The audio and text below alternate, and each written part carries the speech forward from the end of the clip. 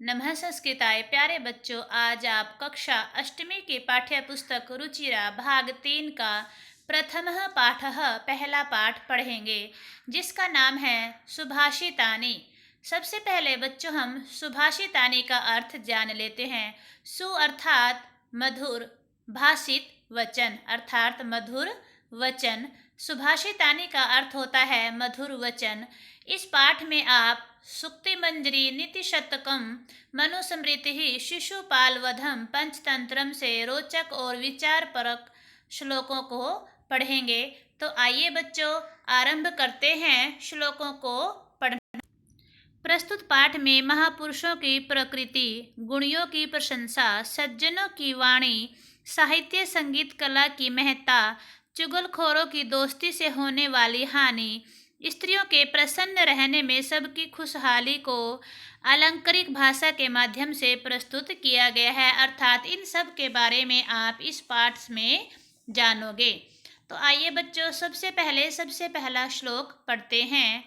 गुणा गुणजेषु गुणा भवन्ति ते निर्गुण्यं प्राप्य भवन्ति दोषाः सुस्वादु तोयः प्रभवन्ति नद्यः समुद्रमासाद्य भवन्तय पेयः।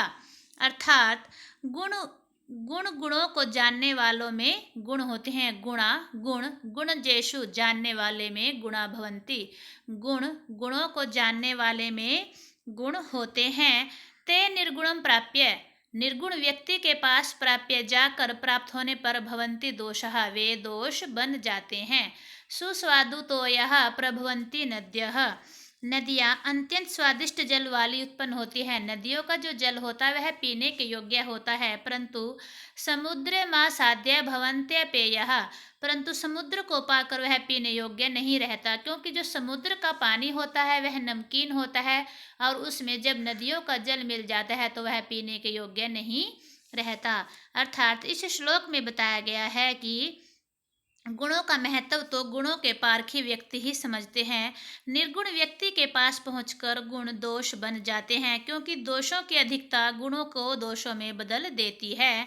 कवि सुंदर एवं सटीक दृष्टांत प्रस्तुत करते हुए कहते हैं कि नदियाँ जब पर्वतों से उत्पन्न होती है तब उनका जल अत्यंत स्वादिष्ट होता है, पीने योग्य होता है, लेकिन जब वह समुद्र के खारे पानी में मिल जाती हैं तो उनका पानी भी खारा हो जाता है और वह पीने के योग्य नहीं रहता।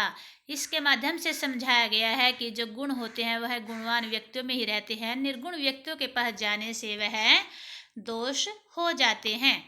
अगला पढ़ते हैं। साहित्य संगीत कला विहीनः साक्षात् पशु पुच्छ विषाणहीनः तृणं न खादन्नपि जीवमानः तद्भागधेयं परम पशूनाम्। इस श्लोक में क्या बताया गया है कि साहित्य और संगीत कला से विहीन मनुष्य पशु के समान है। साहित्य संगीत कला विहीन, बिना साहित्य और संगीत आदि के बिना कलाओं से रहित मनुष्य साक्षात पशु के समान है। पुच्छ विषाणहीना, पूंछ और सींगों से रहित पशु के समान है। कि जिस व्यक्ति के पास साहित्य और संगीत आदि कलाओं का ज्ञान नहीं है वह मनुष्य होता हुआ भी एक ऐसा पशु है जिसके पूंछ और सींग नहीं है। तृणम न खादनपि, वह घास को न खाता हुआ भी वह जीवित है। जीव मानः, वह तो पशुओं का भी सबसे बड़ा सौभाग्य है। ऐसे तो पशु भी रहते हैं घास को खाते हुए। अर्थात कवि के कहने का भाव है कि यदि हम पशु तुल्य अपने मानव जीवन को सार्थक एवं सफल बनाना चाहते हैं तो हमें साहित्य का अनुशीलन करना चाहिए तथा संगीत आदि कलाओं को सीखने का प्रयास करना चाहिए। मानव और पक्षियों में केवल इतना ही अंतर है कि पशु घास खाते हैं और मानव घास नहीं खाता। यदि वह भी घास खाने लगे तो उन बेचारे पशुओं का क्या होगा। अर्थात जिस व्यक्ति में कोई ज्ञान नहीं है, कोई गुण नहीं है, वह केवल पशु के समान है जिसके पूंछ और सींग नहीं है। लुब्धस्य नश्यति यशः पिशुनस्य मैत्री नष्क्रियस्य कुलमर्थं परस्य धर्मः विद्याफलं व्यसनिनः कृपणस्य सौख्यं राज्यं प्रमत्त सचिवस्य नराधिपस्य। इस श्लोक में लालची व्यक्ति के बारे में बताया गया है कि लुब्धस्य नश्यति यशः, लोभी व्यक्ति का यश, पिशुनस्य मैत्री, पिशुनस्य होता है चुगलखोर, चुगलखोर व्यक्ति की मित्रता। नष्ट क्रियस्य कुलमर्थ परस्य धर्म। नष्ट हुई क्रियाओं वाले का वंश। नष्ट हुई क्रियाएं, क्रिया होता है कार्य करना, नष्ट हुई क्रियाएं वाले का वंश कुल। धन को अर्थ परस्य धर्म। अर्थ को पाने में लगे हुए का धर्म, अर्थात पैसे को पाने में लगे हुए का धर्म। इसमें बताया गया है लालच करने वाले का यश और चुगलखोर की मित्रता। नष्ट हुई क्रियाओं वाले का वंश और धन को पाने में लगे हुए का धर्म। विद्या फलम व्यसिनिनः। बुरी लत वाले की विद्या, जिसको बुरी लत हो उसकी विद्या। कृपणस्य सौख्यम, और कंजूस का सुख। तथा राज्यम प्रमत्त सचिवस्य। लापरवाह मंत्री वाले राज्य का राज्य नष्ट हो जाता है। अर्थात कहने का भाव यह है कि यदि हम अपने यश को सुरक्षित रखना चाहते हैं तो हमें लोभ का त्याग कर देना चाहिए। मित्रता को बनाए रखने के लिए चुगलखोरी जैसी बुरी आदतों को छोड़ना चाहिए, अर्थात अपने मित्र की किसी के भी सामने चुगली नहीं करनी चाहिए। अपने वंश की रक्षा करने के लिए सही कार्य सही समय पर करना चाहिए। यदि हम अपने धर्म की रक्षा करना चाहते हैं तो हर समय धन के चक्कर में नहीं पड़ना चाहिए कि हमें धन ही चाहिए और कुछ नहीं, ऐसा हमें नहीं करना चाहिए। विद्या का फल पाना चाहते हैं तो हमें बुरी आदतों को छोड़ना पड़ेगा, और यदि हम सुख पाना चाहते हैं तो उसके लिए हमें कंजूसी को भी त्यागना पड़ेगा। हमें कंजूस नहीं होना चाहिए। अगर हम कंजूस होंगे तो हम कोई भी सुख नहीं भोग पाएंगे। राजा को चाहिए कि वह अपने कर्तव्य के प्रति असावधान मंत्री को न रखे, अन्यथा उसका राज्य नष्ट हो जाएगा। राजा को भी ऐसे मंत्री को रखना चाहिए जो उसको उचित परामर्श दे, उसको सही सलाह दे, अन्यथा उसका राज्य नष्ट हो जाएगा। पीत्वा रसम तु कटुकम मधुरम स्मानम माधुर्यमेव जनयेयन मधुमक्षिकाशौ संतस्ततैव समसज्जन दुर्जनाम श्रुत्वा वचः मधुर सूक्तसम सृजन्ति। इस श्लोक में क्या बताया गया है? पीत्वा रसम तु कटुकम, पीत्वा पीकर, यह मधुमक्खी तो कड़वे अथवा मीठे रस को पीकर समान रूप से माधुर्य को ही उत्पन्न करती है। जो मधुमक्खी होती है वह कड़वे रस को पीकर मीठे रस को उत्पन्न करती है। जनन्य मधुमाक्षिकाशो, अर्थात जो मधुमक्खी है वह कड़वे रस को पीकर मीठे रस को उत्पन्न करती है। वैसे ही संतस्तथैव समसज्जन दुर्जनानाम, सज्जन अच्छे तथा बुरे लोगों के वचनों को श्रुत्वा सुनकर, समान रूप से सुनकर मीठे सुंदर वचन रूपी का ही निर्माण करते हैं। इसमें बताया गया है कि जैसे मधुमक्खी फूलों से कड़वा तथा मीठा रस जो भी मिलता है उसे वह चूस लेती है और उसके बाद वह मीठा शहद बनाती है, वैसे ही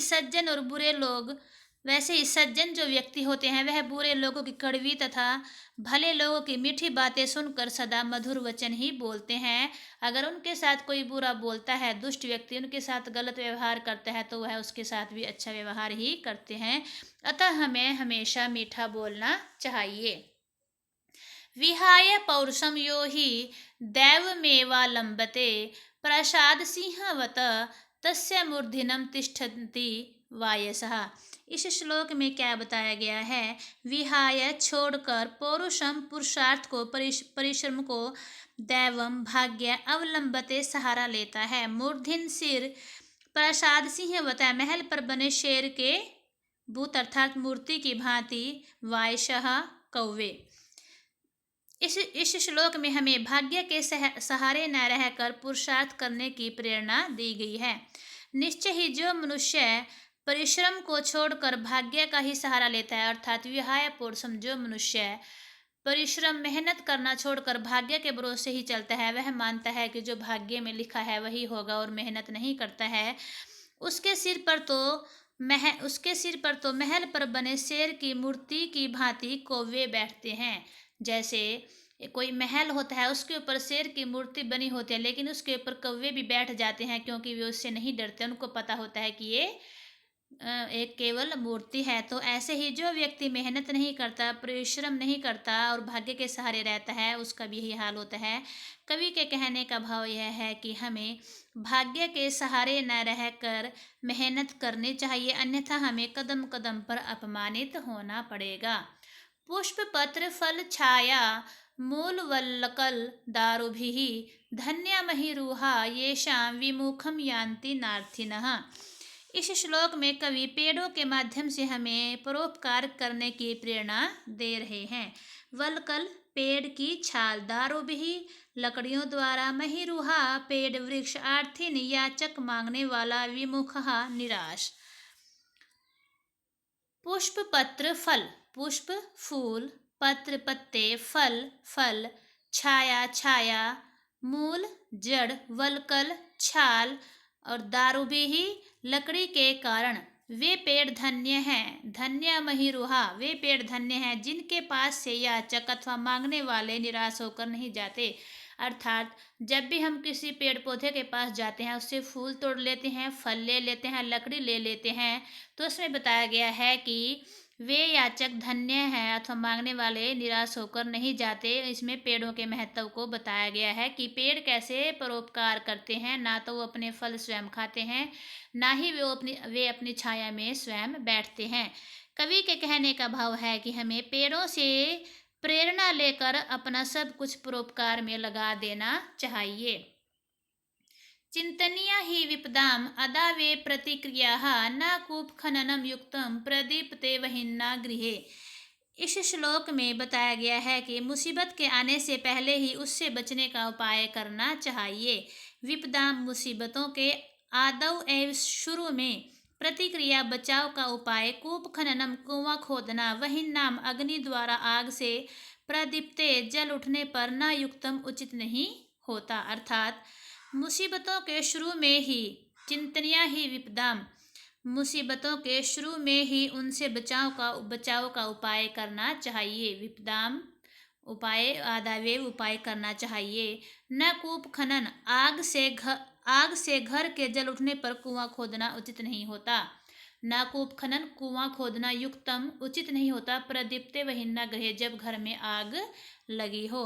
अर्थात कवि के कहने का भाव यह है कि जैसे घर में आग लग जाने पर कुआं खोदना उचित नहीं होता, क्योंकि जब घर में आग लगी है, अगर हम कुआं कब खोदेंगे, कब उसमें से पानी निकलेगा, कब हम आग बुझाएंगे। इसमें इस माध्यम से समझाया गया है कि घर में आग लगने पर कुआं खोदना उचित नहीं होता, क्योंकि जब तक कुआं खोदेगा तब तक घर जल चुका होगा। उसी प्रकार मुसीबत के आने से पहले ही उससे बचने का उपाय हमें सोच लेना चाहिए, क्योंकि मुसीबत आने के बाद यदि हम उससे बचने का उपाय करेंगे तो हम उससे नहीं बच पाएंगे।